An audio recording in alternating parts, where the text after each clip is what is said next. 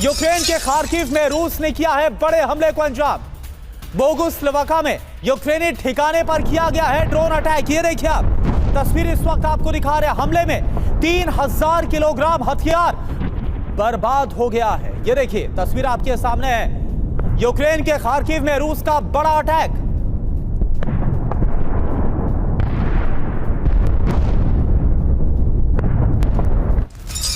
और यूक्रेन पर रूस का बड़ा हमला, जहां प्रोखोवस्क में ही यूक्रेनी डिपो पर यह रूसी हमला है और गोला बारूद डिपो पर मिसाइल अटैक की ये तस्वीर।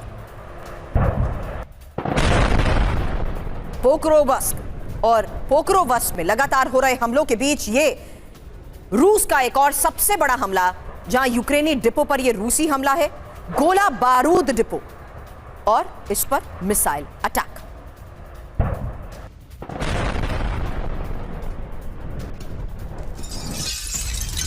और वहीं रूसी कब्जे वाले डोनेस्क में यूक्रेन का हुआ है बहुत बड़ा हमला।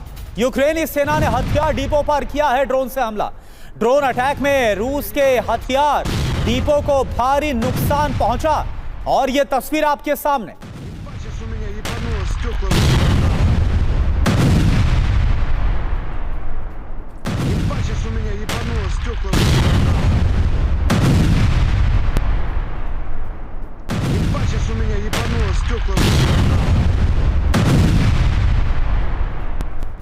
यूक्रेन का रूस की फ्रंटलाइन पर हमला। एक और तस्वीर, रूस की एंटी पर्सनल माइंस को उड़ा दिया गया। यूक्रेन ने अपने घायल सैनिकों को भी रेस्क्यू किया।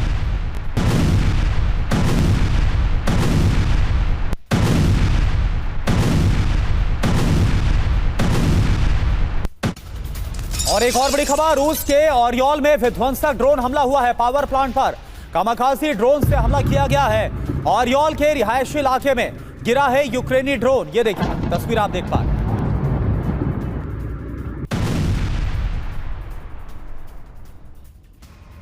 और आज की सबसे बड़ी खबर है, अमेरिका ने न्यूक्लियर मिसाइल का किया है टेस्ट।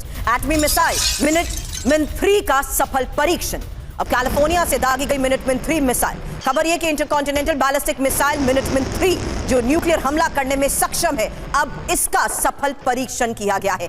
आज के इस हालात के बीच अमेरिका का न्यूक्लियर मिसाइल का टेस्ट करने का मतलब क्या है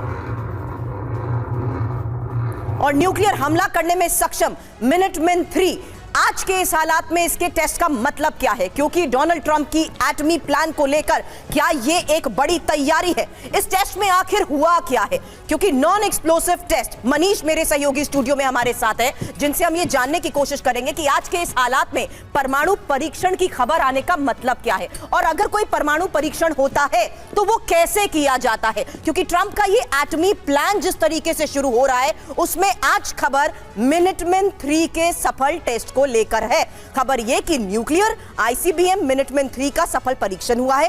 कैलिफोर्निया के वेडनबर्ग स्पेस फोर्स बेस से यह टेस्ट हुआ है। एयरबोर्न लॉन्च कंट्रोल सिस्टम के जरिए टेस्ट हुआ है और मिनटमैन 3 ने 6759 किलोमीटर तक दूरी तय की है और मिसाइल कैलिफोर्निया से क्वाजलीन द्वीप के पास लक्ष्य को साधा गया है। हालांकि यूएस मिसाइल सिस्टम को नए LGM-35A में बदला गया है और परीक्षण के बाद यूएस का एक बयान भी आया है, जहां टेस्ट मिसाइल लॉन्चिंग के लिए नहीं, क्षमता जांचने के लिए किया गया है। इसी को लेकर मनीष आपसे सवाल करूं, उससे पहले बता दूं एक्सपर्ट्स का पैनल हमारे साथ मौजूद है।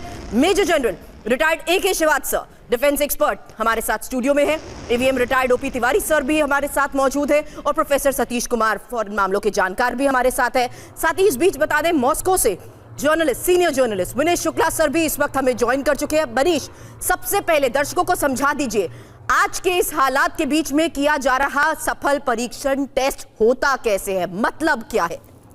देखिए, इस हालात को बड़ी तस्वीर के जरिए हमें देखना होगा। 1991 में सोवियत संघ के विघटन के बाद जब पूरी दुनिया ने देखा कि शीत युद्ध की समाप्ति हो गई है, तो एक तरह का संतुलन दिख रहा था, एक पारस्परिक सौहार्द दिख रहा था।